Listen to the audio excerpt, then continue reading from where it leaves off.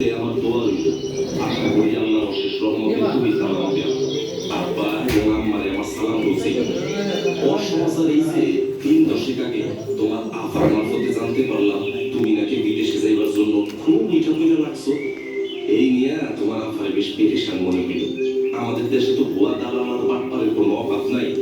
সবকিছু ঠিকঠাক না যায় না, একবার এদের খপ্পরে পড়লে শেষে টাকা পয়সা ভিটা মাটি সব হারায় একেবারে পথে বসে পড়তে হইব। তাই তোমার আফা আমারে কইল বিদেশ যাওয়ার উপায় সম্পর্কে ভালো মন্দ জানায়া তোমার এখন চিঠি দিতে। ভাই বাহাদুর, চাকরি নিয়ে বিদেশে যাওয়ার আগে একটা জরুরি কাজ হইল মানসিক প্রস্তুতি। মানসিক প্রস্তুতি মানে সঠিক সিদ্ধান্ত নিতে মনকে প্রস্তুত করা। তুমি আসলে কোন দেশে যাইতে চাও, সেই দেশে কাজের পরিবেশ কেমন, চাকরির বেতন ও অন্যান্য সুযোগ সুবিধা কেমন। অবশ্যই তুমি তোমার বাড়ির কাছে জেলা কর্মসংস্থান ও জনশক্তি অফিসে যোগাযোগ করবা। সেখানে এই বিষয়ে দরকারি অনেক তথ্য পাইবা। মনে রাখবা, মানসিক প্রস্তুতির পাশাপাশি টাকা পয়সার বন্দোবস্ত করাটাও সমানভাবে জরুরি। এই বিষয়ে পরিবারের মুরব্বীদের সাথে আগে ভাগে আলাপ আলোচনা করবা। আয় ও ব্যয়ের হিসাব করবা। বিদেশে চাকরি করতে যাওয়া লাভজনক হইব কিনা সেইটাও ভাইবা দেখবা। বাহাদুর, দেশে অনেক ভুয়া দালাল আছে যারা তোমার নানা লোক দেখে অবৈধ পথে বিদেশ নিতে চাইব। কিন্তু সাবধান, এদের পাল্লায় কখনো পড়বা না। দালালের কাছে দিলে সাল পাসপোর্ট ধরায় দিতে পারে। তখন মাথা চাপড়ানো ছাড়া কিন্তু আর কিছুই করার থাকবে না। এরা পদে পদে তোমার বিপদে ফেলবো। তোমার পাশের গ্রামের সবুজের কথা মনে আছে? ওই যে যার বিদেশ যাওয়ার সময় মরার দশা হয়েছিল, অবৈধ পথে মালয়েশিয়া যাবার সময় পুলিশের সাথে ধরা পড়লো। বেচারা তো শুনছি এখনো মালয়েশিয়া জেল খাটতাছে। দালালের মারফতে না গিয়া নিজে কাগজপত্র জমা দিয়া পাসপোর্ট করবা। তাই সবচেয়ে বুদ্ধিমানের কাজ হইল অন্য কারোর উপর নির্ভর না কইরা নিজের কাজগুলা নিজেই করা। নিজে করলে হয়তো একটু পরিশ্রম হয়, কিন্তু কাজটা ঠিকভাবে হয়, ফলে নিশ্চিন্ত থাকা যায়।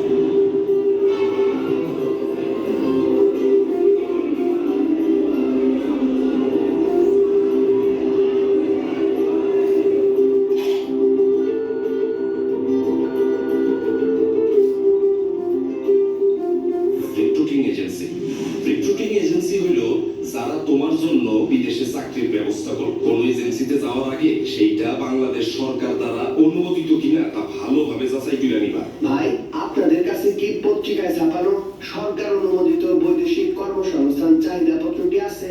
সঠিক এজেন্সির কাছে অবশ্যই পত্রিকায় ছাপানো বৈদেশিক কর্মসংস্থান চাহিদা পত্র থাকবে। তারপর কোনো কারণে যদি তোমার সন্দেহ হয়, তাহলে প্রবাসী কল্যাণ ও কর্মসংস্থান মন্ত্রণালয় অথবা জনশক্তি কর্মসংস্থান ও প্রশিক্ষণ ব্যুরোর সাথে যোগাযোগ করবা।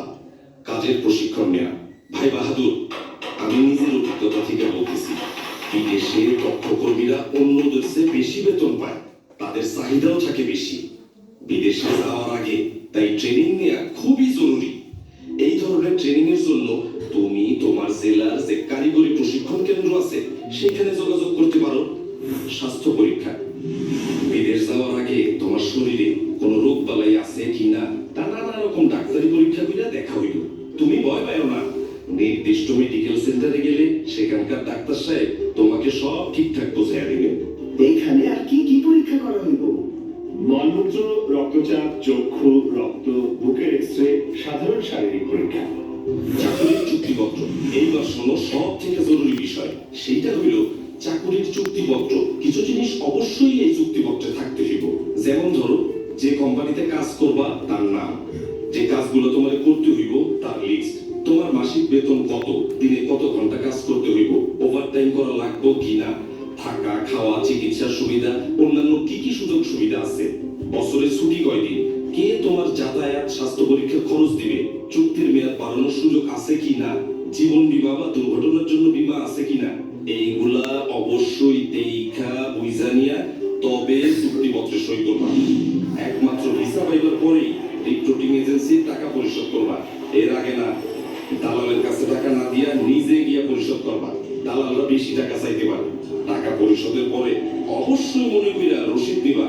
এই রসিদ পরে কাজে লাগতে পারে। প্রাক অভিবাসন প্রশিক্ষণ।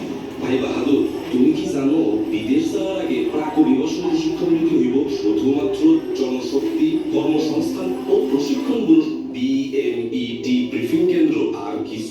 কারিগরি প্রশিক্ষণ কেন্দ্রে এই ট্রেনিং দেওয়া হইতেছে। এই ট্রেনিং এ তোমার নতুন চাকরি, যেই দেশে যাইতেছো সেই সম্পর্কে অনেক দরকারি খবর জানতে পারবা।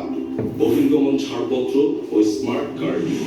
বিদেশে চাকরি করতে যাইতে হইলে বহির্গমন ছাড়পত্র নিতে হবে বিএমইটি অফিস থেকে। সেই কাগজ দেখাইলে তোমার একখান কার্ড দিব বিএমইটি অফিস। এটারে কয় স্মার্ট কার্ড। এই কার্ডের মধ্যে তোমার নাম, বাবা মায়ের নাম, ঠিকানা, কোন দেশে কাজ দিয়ে যাইতেছো সব বিষয় কম্পিউটারে ঢোকানো থাকে। ব্যাগে যে সমস্ত জিনিস নেওয়া যাবে না। বাহাদুর, তোমার ব্যাগ গোছানোর সময় মনে রাখবা চেক ইন ব্যাগ, মানে যে ব্যাগ এয়ারলাইন্সের কাউন্টারে জমা দিতে হবে। সেখানে কোনো টাকা পয়সা, গহনা বা অন্য কোনো দামি জিনিস, টিকিট বা চাকুরির কাগজপত্র রাখবা না। এসব জিনিস একটা ছোট ব্যাগে নিজের সঙ্গে রাখবা। সুটকেস বা ব্যাগে জরুরি কাগজপত্রগুলা এক সেট ফটোকপি রাখবা, আর দেশে তোমার ঘরে রেখে যাবা আরেক সেট। সাবধান, অচেনা লোক তোমার ব্যাগে কিছু নিতে কইলে কখনোই রাজি হইবা না, কারণ দুষ্ট লোকে তোমার চোরাচালানির কেসে ফাঁসায় দিতে পারে। ভালো কিছু জিনিস ভুলেও সাথে রাখবা না, যেমন ধরো পিস্তল, বোমা, ককটেল, নেশার জিনিস, গাঁজা, ভাঙ, পেট্রোল, কেরোসিন লাইটার, দিয়াশলাই বাক্স, ধারালো জিনিস যেমন প্লেট, কাঁচি, ছুরি, দুর্গন্ধ বাইরে এমন জিনিস, শুটকি মাছ, কাঁড়াল, যেসব খাবার গন্ধ ছড়ায়, মাংস, দুধ, ডিম দিয়ে তৈরি খাবার, যেটা পয়সা যাইতে পারে, ফুল, ফল বা সবজি, এইসব জিনিস প্লেনের সঙ্গে রাখা একেবারেই নিষেধ। এইসব জিনিস ব্যাগে পাইলে তোমার জেল জরিমানা হইতে পারে, অতএব সাবধান। সঙ্গে রাখা কাগজপত্র লিস্ট। এয়ারপোর্টে যাওয়ার সময় কিছু জরুরি কাগজপত্র অবশ্যই নিজের সঙ্গে রাখবা। এইগুলো হইল: 1. পাসপোর্ট, ভিসা, স্বাস্থ্য পরীক্ষার মূল রিপোর্ট, প্রশিক্ষণের সার্টিফিকেট, চাকরির চুক্তিপত্র, কাজের অনুমতিপত্র, স্মার্ট কার্ড, আর অবশ্যই প্লেনের টিকিট। 2. যে কোম্পানিতে কাজ করবা তার নাম, ঠিকানা, গিয়া কার সাথে যোগাযোগ করবা তার নাম আর মোবাইল নাম্বার আগেই জোগাড় করে রাখবা রিক্রুটিং এজেন্সির কাছ থেকে। 3. যেই দেশে যাইবা সেখানে বাংলাদেশের দূতাবাস, মানে বাংলাদেশ সরকারের একটা অফিস থাকে। তারা আমাদের মতো কর্মীদের বিপদে আপদে সাহায্য করে। তোমার জেলা জনশক্তি ও কর্মসংস্থান অফিস থেকে তাদের ঠিকানা, ফোন নাম্বার জোগাড় করবা। 4. সম্ভব হইলে কিছু ডলার বা ওই দেশের টাকা সঙ্গে রাখবা। আমি জানি বাহাদুর, আপন ছাইরা বিদেশ যাওয়াটা কেমন কষ্টের, তাই মনকে সব সময় শক্ত রাখবা। সেই দিনটার কথা ভাবো যেদিন তোমার কষ্টের কামাই করা টাকা দিয়া তোমার পরিবার ভালো থাকতো, তখন কষ্টের কষ্টই মনে হইল না। সিকিউরিটি চেকিং এবং কাস্টমস চেক। অবশ্যই এয়ারপোর্টে তোমার প্লেন যেই সময় ছাড়বো তার 3 ঘন্টা আগে হাজির থাকবো। এয়ারপোর্টের ভেতরে ঢোকার পর তোমার সব ব্যাগ স্ক্যানিং মেশিন দিয়ে চেক করা হইব। ব্যাগে কোনো বিপজ্জনক জিনিস আছে কিনা তা পরীক্ষা করে দেখা এয়ারপোর্টের সিকিউরিটি অফিসার তোমার শরীরও চেক করবো। তুমি ঘাবড়ায় না কিন্তু। চেকিং চেক হয়ে গেলে তোমার নিজের এয়ারলাইন্সের কাউন্টার খুঁজা বাইর কইরা লাইনে গিয়ে দাঁড়াবো। তোমার সিরিয়াল আসলে পরে কাউন্টারের টিকিট ও পাসপোর্ট দেখাইবা। ছোট ব্যাগটা নিজের কাছে রাখা, বাকি ব্যাগ কাউন্টারে দিয়ে দিবা। কাউন্টারের লোক স্টিকার লাগায়া তোমার বড় ব্যাগটা নিয়ে যাবে। ব্যাগে স্টিকার লাগানো হয়ে গেলে মনে কইরা বোর্ডিং কার্ডটা নিবা। এই কার্ডে তোমার প্লেনের সিট নাম্বার লেখা থাকবে। এয়ারপোর্টের দেয়ালে লাগানো বড় টেলিভিশনে নজর রাখবা। সেখানে তোমার প্লেন ছাড়ার সময় আর কোন গেট দিয়ে প্লেনে উঠবা তা লেখা থাকবে। টেলিভিশনের স্ক্রিনের সাথে ফ্লাইট নাম্বার, গেটের নম্বর মিলে আনবা। বিমানবন্দরের আনুষ্ঠানিকতা। টিকিটের সাথে যে ইমিগ্রেশন কার্ড, মানে যে ফর্মটা দেওয়া হয়েছিল তা মন দিয়ে পূরণ করবা। ইমিগ্রেশনের বাইরের এলাকায় একটা কাউন্টার আছে, এর কয় প্রবাসী কল্যাণ ডেস্ক। এইখানে যারা বিদেশে চাকরি করতে যায় তাদের সাহায্য করা হয়। দরকার হইলে ডেস্কের অফিসার তোমার ইমিগ্রেশন কার্ড পূরণে সাহায্য করবে। ইমিগ্রেশন।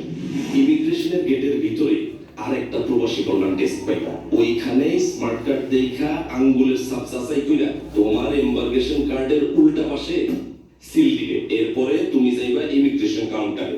এইখানে ইমিগ্রেশন অফিসারের কাছে তোমার পাসপোর্ট, ছাড়পত্র, ভিসা পূরণ করা ইমিগ্রেশন কার্ড জমা দিবা। ইমিগ্রেশন অফিসার তোমার কিছু প্রশ্ন করতে পারে, ভয় না পায়া সব প্রশ্নের উত্তর দিবা। আপনার বাবার নাম কি? মোহাম্মদ আলী আকবর।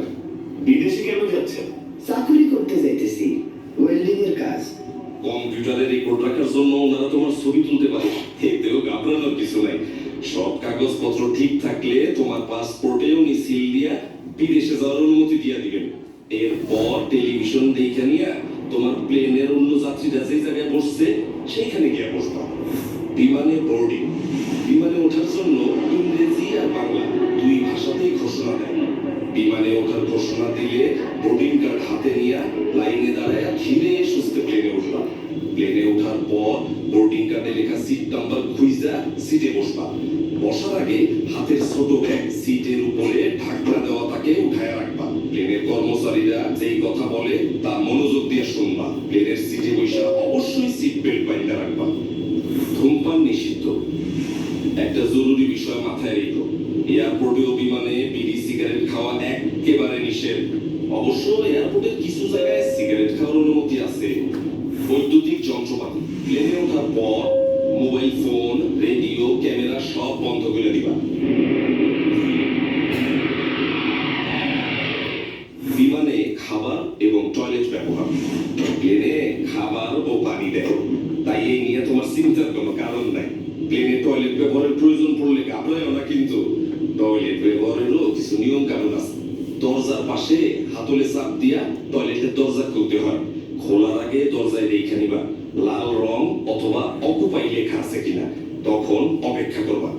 খালি অবস্থায় দরজায় সবুজ রং থাকবে অথবা এমটি লেখা থাকবে, তখন টয়লেট ব্যবহার করতে পারবা। টয়লেটে অবশ্যই টিস্যু ব্যবহার করবা। পানি ব্যবহার করবার সাবধানে।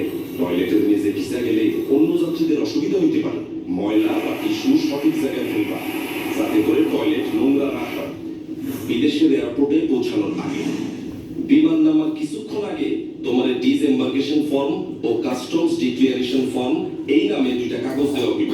ডিসএম্বার্কেশন ফর্মে যেই দেশে যাইতেছো সেই দেশে তোমার নাম ঠিকানা লিখবা। আর কাস্টমস ডিক্লারেশন ফর্ম হইল তুমি যদি ওই দেশে এমন কোনো জিনিস নিয়ে যাও যার জন্য ট্যাক্স দিতে হবে তা জানানোর ফর্ম। ফর্ম পূরণে কোনো অসুবিধা হইলে বিমানের লোক অথবা পাশের যাত্রীর কাছ থেকে সাহায্য চাইতে পারো। বিদেশের এয়ারপোর্টে ইমিগ্রেশন। প্লেন থেকে নামার পর ওই দেশের এয়ারপোর্টে ঢুইকা দেখবা সামনে ইমিগ্রেশনের লম্বা লাইন। এইখানে তোমার ওই দেশে ঢোকার অনুমতি দিব। লাইনে দাঁড়াবার সময় 5টা জিনিস অবশ্যই নিজের সাথে রাখবা। 1 পাসপোর্ট, 2 ভিসা, 3 চাকরির চুক্তিপত্র, 4 পূরণকৃত ডিসএম্বার্কেশন ফর্ম, 5 পূরণকৃত কাস্টমস ফর্ম। ইমিগ্রেশন অফিসার কাগজপত্র পরীক্ষা করে সঠিক পাইলে তোমার পাসপোর্টের তারিখ সহ সিল দিয়ে দিবে।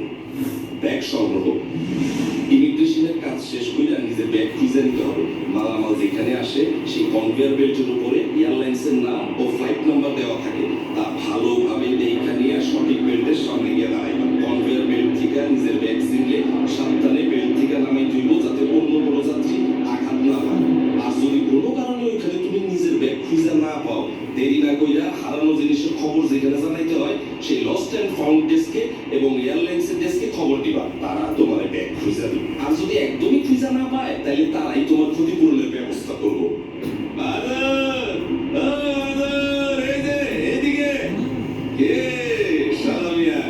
ঠিকঠাক আছো তো নাকি? তোমার সাথে বললাম বিদেশে। সালাম আলাইকুম দুলা ভাই। জি, আইসা পড়লাম। খোদাই আনলো। তয় আইসি কিন্তু আপনার উচিলায়। আপনি পত্র অমন গুছাইয়া না দিলে এত সহজে আইতে পারতাম না। পথ আমি দেই নাই রে পাগল, পথ সব সময় ছিল। আমি শুধু সেইটা সঠিক জায়গায় হইল গিয়া মূল কথা। কইছে কথায় কয় না, সঠিক ইচ্ছা থাকলে হয়,